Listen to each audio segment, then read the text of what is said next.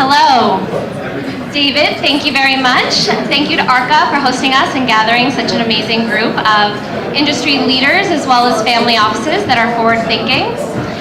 For this session, we're going to be talking about public markets and crypto, but before we get started, I'll take a moment to introduce the panelists.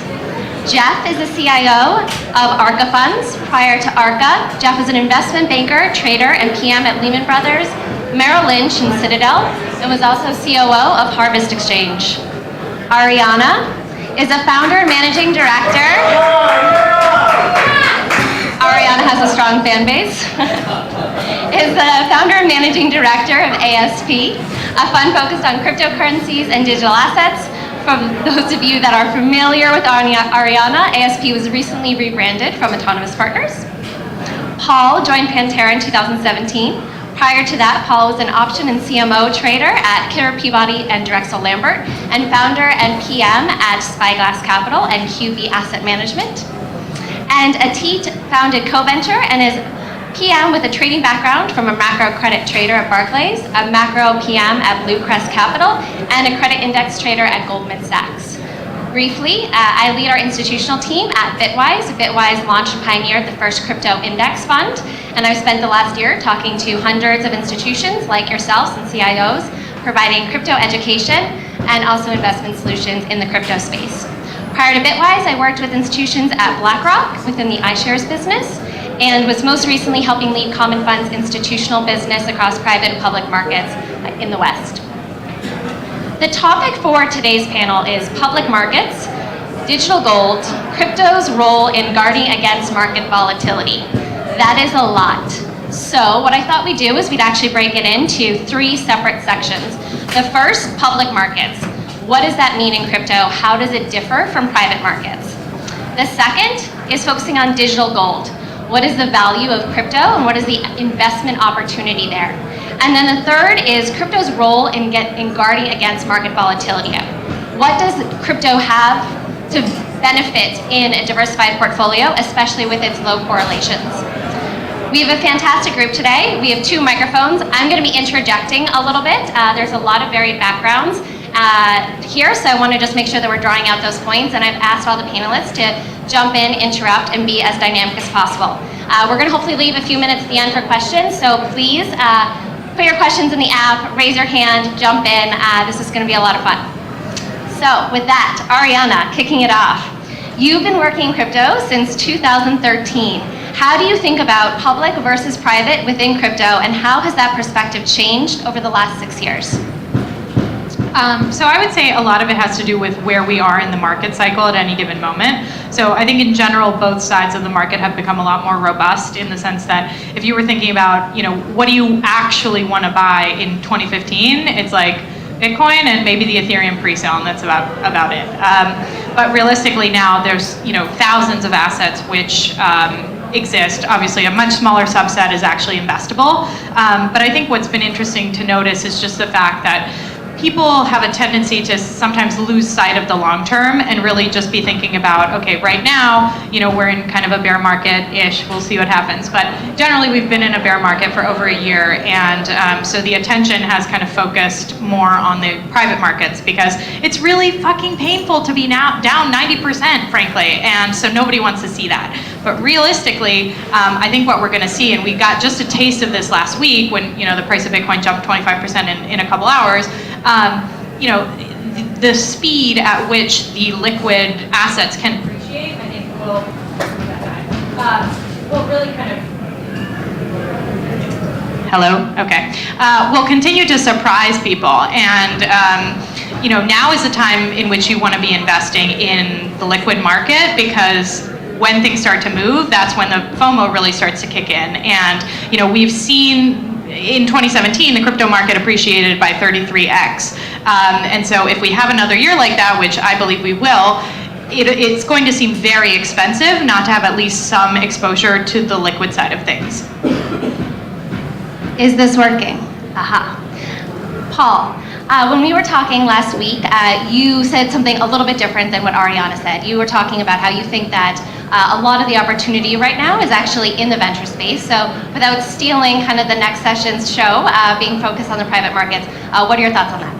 So we are in both. We do hedge funds that just invest in protocols, excuse my voice, and we also do venture equity investing, and we separate the two out. In terms of public versus private, the way that we like to think about it at Pantera Capital is we look at private investing from a liquidity standpoint more than anything. Pre-auction ICOs or even small ICOs that have been released to the public. The way to think about all of that is venture. Pardon me, on the crypto side, they have a real-time price feed if they're already trading. Obviously, if it's venture equity, private equity, then they don't have any liquidity. And so that's kind of how we break it out. And in terms of providing access to those two markets, we kind of distinguish among our funds about what we're trying to get. I'll jump in for a second. I think like anything, there's no broad answer. It's not private markets are good or public markets are good. I think with that, just like anything, there's going to be opportunities within each. I think the biggest difference, though, right now is that if you look at a lot of the private investments, right, the equity that has been invested in the picks and shovels in the infrastructure, it's inherently incredibly healthy. You need to have the infrastructure, you need to have the pipes built before some of the liquid markets are really going to take off. However, you can't have all of these service providers, right, the exchanges, the prime brokerages, all the people who are meant to service the funds and the other businesses in this space. You can't build up the equity valuations of all these picks and shovel companies if you're not also having an underlying industry around it. And as such, a lot of the liquid markets matter as much. So there's going to be an ebb and flow between when there's going to be highly undervalued and highly overvalued parts of each.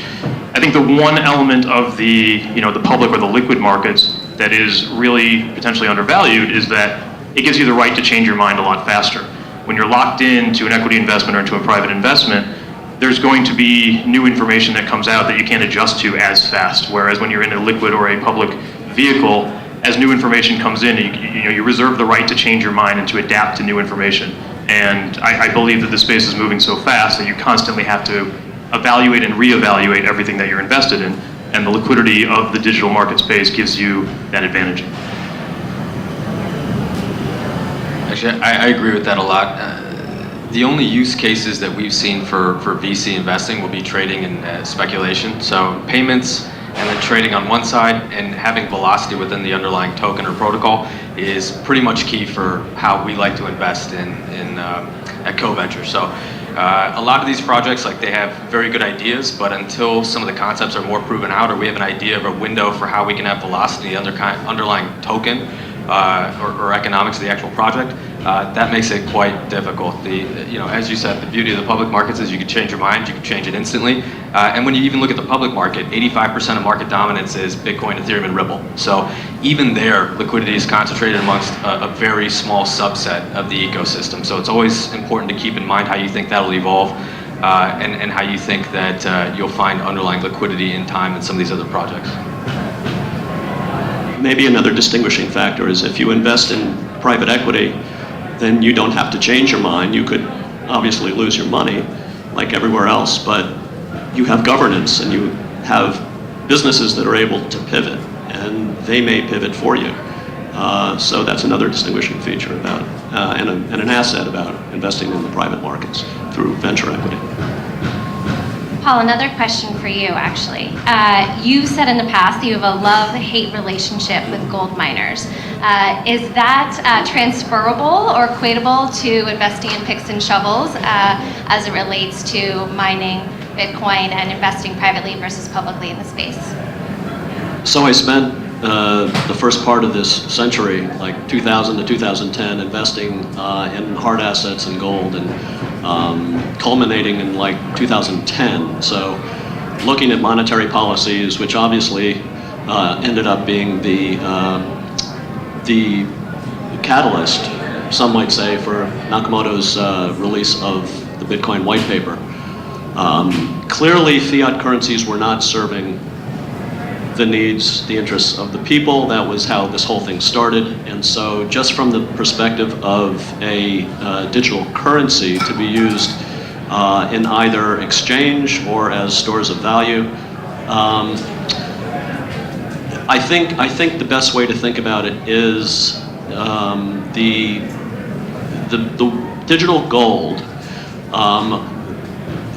doesn't necessarily have to be used also in transactions. And we see gold is not used in transactions today.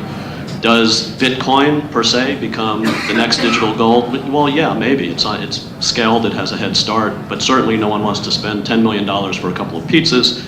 So we've established stable coins and other currencies that hash more and that can be released to the public. And so we're figuring this all out now. I think, though, the best way to think about this whole area as it relates to the monetary rail is that that's just the beginning of what this blockchain thing may have to offer.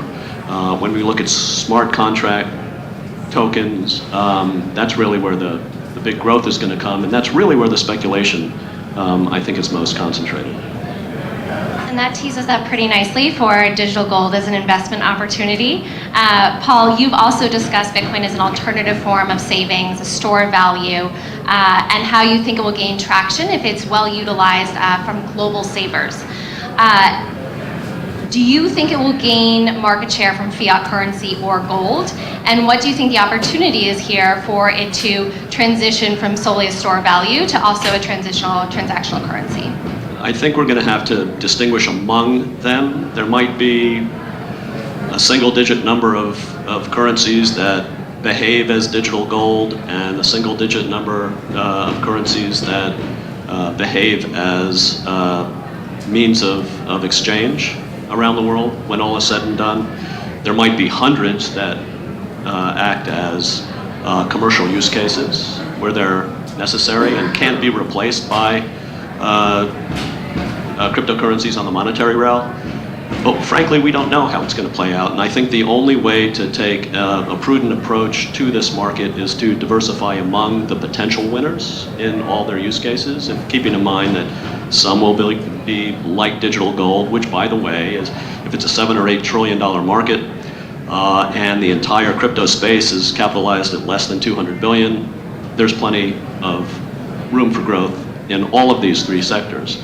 And so the way to handle this from our perspective is to look at everything that comes down the pike, imagine it and its use case actually being able to adopt and to scale.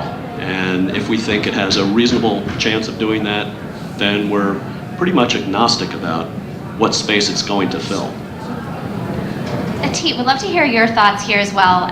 Similar to Paul, I've heard you speak about investing in gold, the Cyprus bailout, using gold as a hedge there, it not being as efficient as you had hoped.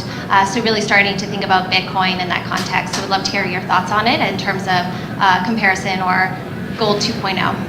Yeah, I mean, you know, in the Cypriot bailout, you basically had a European Union sanctioned confiscation of half your savings. So if you can imagine, the U.S. government just says by decree, hey, guess what? Everything you've got in your Chase account, your Bank of America account, it's gone. Half of it's gone. It's ours now, and that's it. That was approved by 26 European financial ministers. That actually happened. And you saw Western people, not just crisis economies, you know, in Zimbabwe or South Africa or Argentina or in other places. You saw Cyprus, part of the European Union. You saw Western consumers flock to Bitcoin as a use case for how they can preserve their savings at a time where their own government essentially turns against them. Due to imprudent fiscal policy. So you actually had a legitimate use case there for turning to Bitcoin as a store of value and you know, savings. I think that will only continue to grow. You know, a lot of people give it kind of they say there's a handful of people that control Bitcoin and that's not really fair. It doesn't look like the gold market at all. Well, I mean, 18% of global gold reserves are controlled by Indian housewives, and that's not just me saying that because I'm Indian and my mom has a ton of gold. It's because, you know, that's a fact, right? And if you look at what central banks are doing, even central banks look at the debasement of currency that they're imposing, and you see last year 676 metric tons of gold were bought. That's the highest amount of gold bought by central banks in the post-Bretton Woods era, so think 40 plus years now. And they see the writing on the wall as well. So if you don't follow what people say and you follow more what they do, you've got a situation where central banks are buying gold and using it for a means of storage. The Chinese are using gold now as a means to back derivative contracts, not the yuan, but actual gold.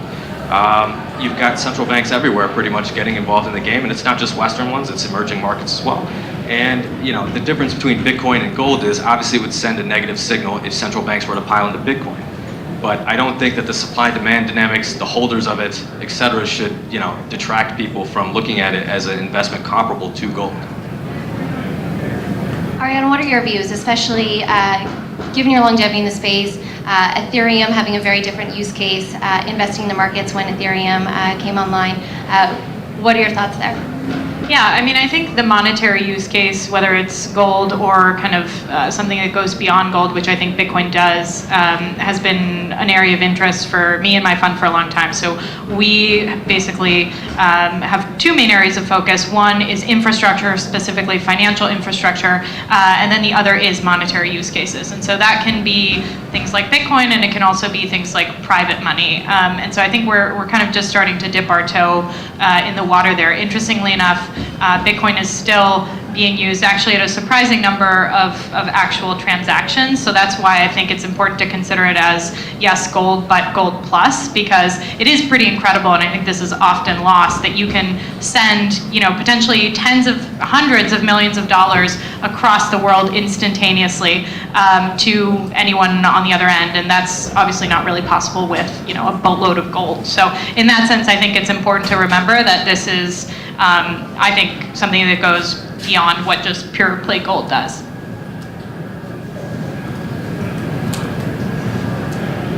I have a slightly different spin or different vantage point on this.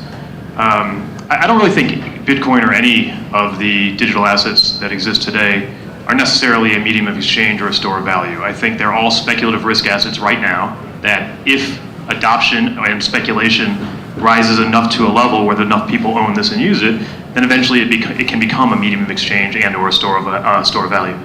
I think the analogy would be, if you look at any early deck of a technology company, whether it's Airbnb, Netflix, Uber, anything, almost none of these companies end up being exactly what they thought they were going to be when that first deck went out.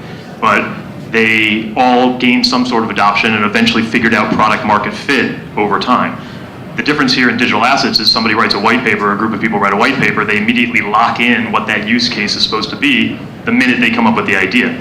The reality is, it's not them or the core developers or the group of people, whoever, that are going to shape what the use case is. It's going to be the users ultimately that dictate what that use case is going to be. So many of these, including Bitcoin, even though it's 10 years old now, I don't think they've really achieved full product market fit yet. And the beauty of these token structures is they don't necessarily have to be used for just one use case, and those use cases are going to evolve over time. And how do you, in that context, how do you think about network effects as a means of evaluation for these larger crypto assets? Sure. I mean, every digital asset that we look at and anyone else looks at, they all have slightly different characteristics and profiles. Some are easier to value than others. Some have more traditional cash flows or things that you can value in a traditional way, and others are much more akin to early stage technology companies where it's really just based on growth. If you're familiar with Metcalfe's law, it states that the value is going to be proportional to the square of the number of users, right? So the more users you have, your value is going to increase proportional or disproportionately in a parabolic way. So I think network effect is real. It certainly matters, and that's why Bitcoin has such a head start on everything else right now, is that everybody in the room and everybody's parents in the room and everybody's sisters has heard of Bitcoin.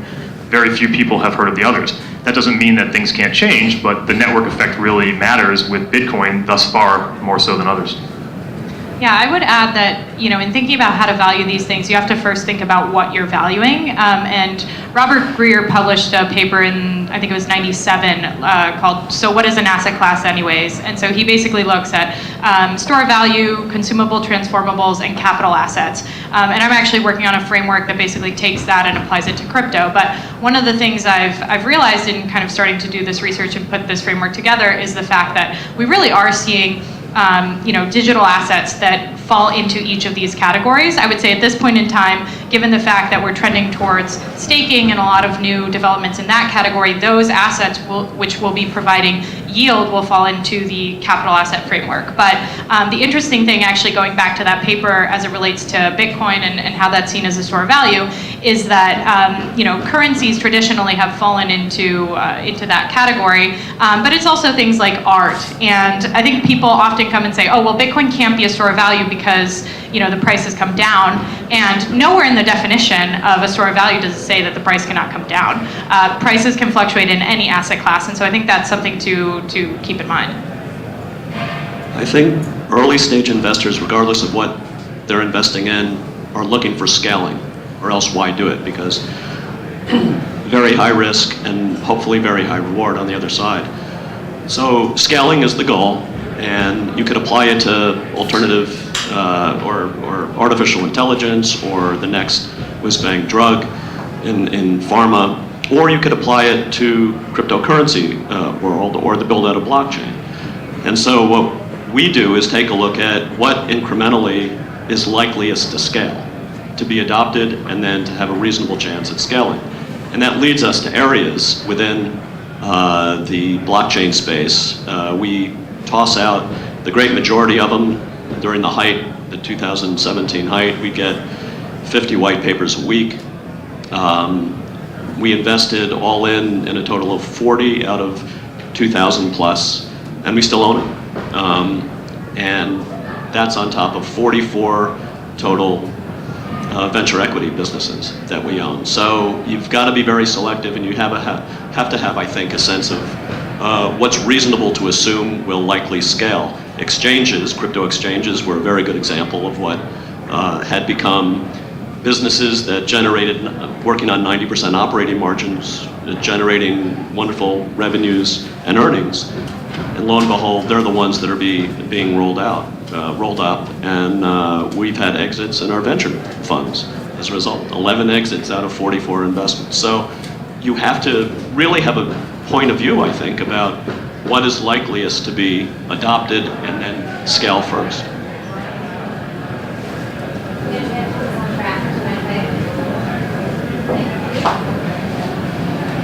I saw you were going to say something, Ateet. I'll circle back to you. This question is for Jeff. We're going to switch over to crypto's role in guarding against market volatility and specifically low correlation.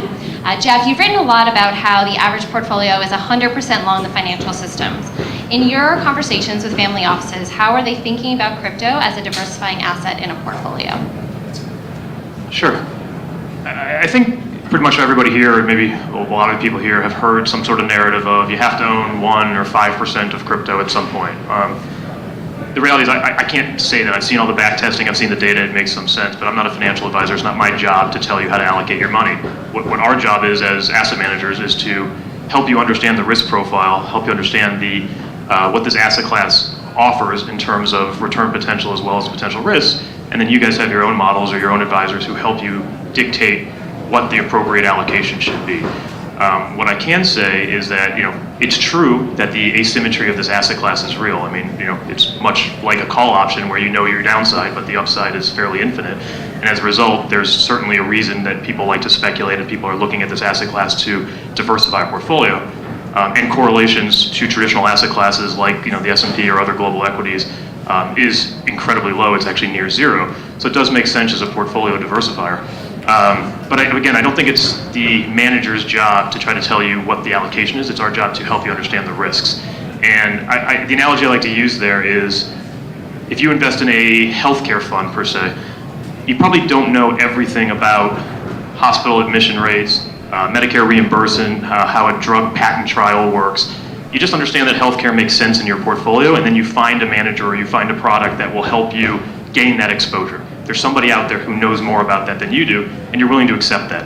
I think that's really where crypto and blockchain fits right now in an overall portfolio. Is you need to come to terms at some point, or hopefully you come to terms at some point, that this does fit in some capacity based on the risk return profiles that us and others lay out. And then you go do your normal manager due diligence or your product due diligence to try to find somebody who can shepherd you into the space professionally and correctly with appropriate risk controls. I think if you, along those lines, if you work backwards and you think, where is value in the traditional financial markets, you've got real estate near its all-time highs, bonds trading at their all-time highs, there's 10 trillion of negative yielding debt globally, and then you've got a situation where 2 trillion of corporate debt in the US alone needs to be rolled in the next 19 months.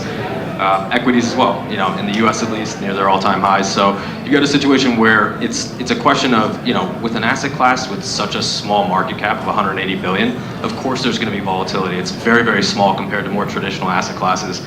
Even something like gold, which falls trading around 10 right now. So at this level, yes, it's going to be very volatile, but to your point, like it is extremely little correlation to traditional asset classes, and as a diversifier, it's not a question of, oh my gosh, should I invest a huge chunk of my savings into crypto? It's just get off the zero line. Even if the zero line, getting off of that means putting 50 bips of capital in. The fact that it's non-correlated is, the fact that hey, my downside's 50 bips, and it's like a call option on the instability of other asset classes and parts of the financial system that allows me to experience that kind of hedge in my broader portfolio. I'd like to build on what Jeff and Ateet mentioned also. The data bear out that crypto assets have zero correlation to regular financial assets, and that's all understood, so it is a diversifier. I'm going to be a little forward-looking with all the caveats in place that I have absolutely no idea whether or not this is true and will pan out or not, but I have a feeling that if and when there's ever another recession, you will see a natural bid for cryptocurrencies on the monetary rail. Stuff like Bitcoin, stuff like, whatever, XRP, whatever you're looking at. And the reason is because it will be global, it will increase the exposure of sovereign fiat currencies, which always induce central banks to inflate their money stock, and in that case, that points the finger back at cryptocurrencies with a finite stock. Like Bitcoin that's 21 million or 17 million or whatever we want to say, the perception is, maybe I ought to take 50 basis points or 100 basis points or 5% and put it into some of this cryptocurrency stuff because they can't inflate it away. And we have a tough time thinking about that stuff living in the States or in developed economies where we have strong currency boards and central banks and a relatively not corrupt government and stuff like that. But I think around the world you'll see, an inverse correlation of cryptocurrencies to recession. Yeah, I actually agree with that with one caveat. Like in 2008, you saw gold fall about 38% before rallying threefold. Obviously, the reason for that in the global financial crisis is you sold what you could, not what you wanted to. So you'd sell liquid assets like gold to meet margin calls and debt.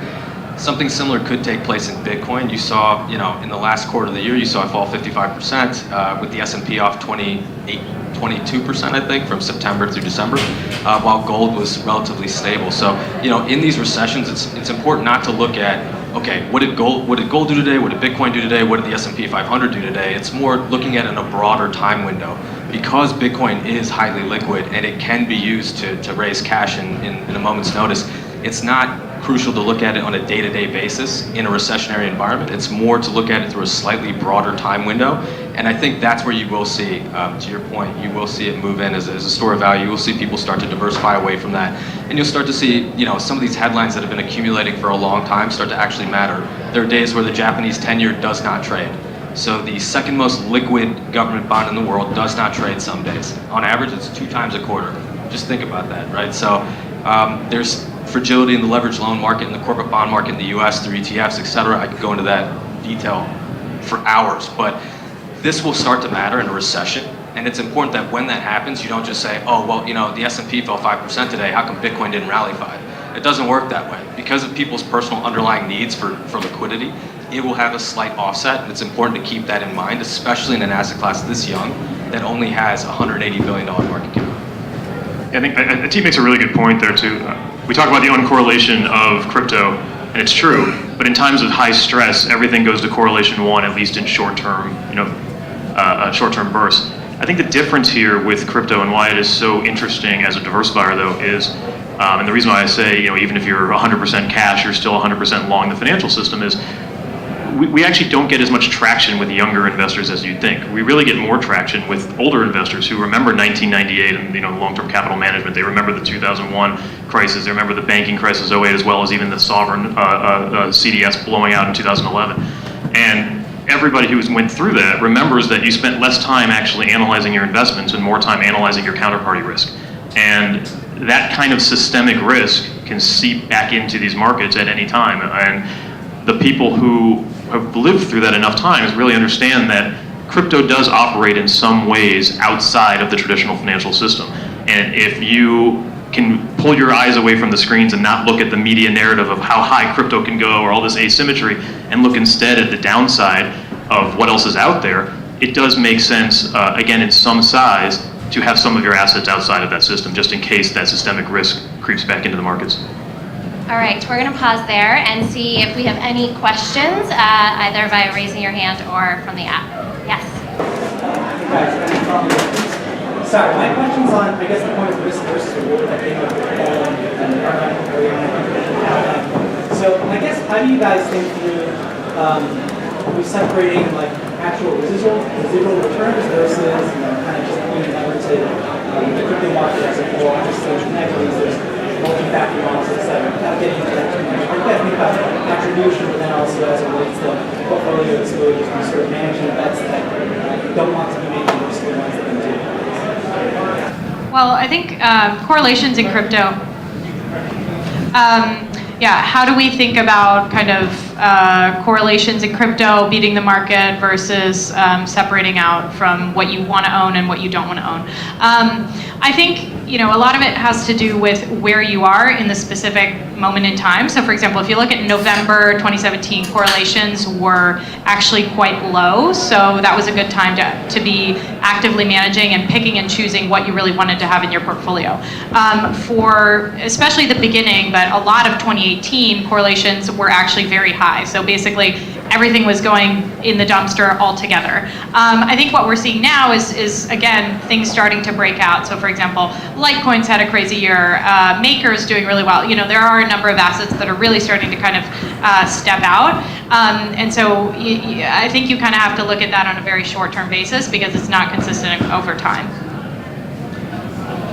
Sorry, I think the way we think about it is as technology versus really capital market trading applied to the cryptocurrency market. And so we're focused more on the technology with expectations that the individual businesses or protocols that we're investing in have a reasonable chance of success, where we don't know that they'll have first mover advantage or some tech advantage. We diversify anyway, and I think that's really the way to think about this. It's really at the venture stage. It's like expecting to stream a movie on your smartphone in 1992. The tech isn't there yet. Most of these functions are not yet operational yet. But the way we view it is we're trying to invest in businesses that will make it operational. And we're trying to invest in protocols that will adopt and scale earliest based on whether or not they scale or whether or not they become operational. Ateet, what are your views? You asked for the mic.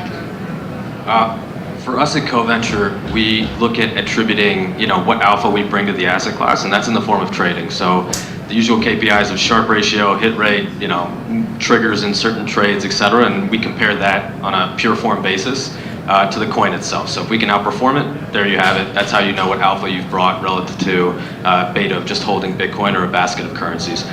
When it comes to venture investing, that's where we really have to see how we outperform, and that's where it's more difficult to benchmark, and that's where I think our expertise is more in the trading and sort of the plumbing of the use cases as in existence right now, as opposed to some of the other guys up here.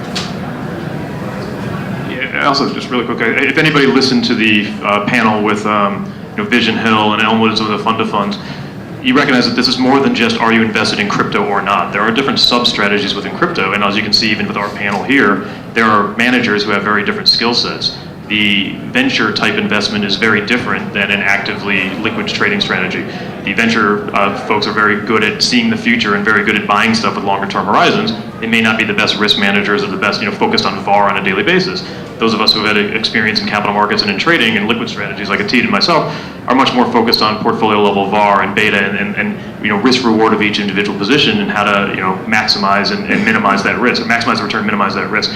So it's important for any team to have people across various levels of experiences, and also look at what you expect from that strategy. If you're investing in a venture type strategy, you should know that that risk reward is not as impactful as it is, having a diversified portfolio, like Paul said, where you're going to have a lot more wins than losses. Whereas if you're investing in a liquid strategy, you really need to focus on whether or not the people managing your money understand risk and understand risk metrics and know how to protect against the downside as much as just looking at the upside.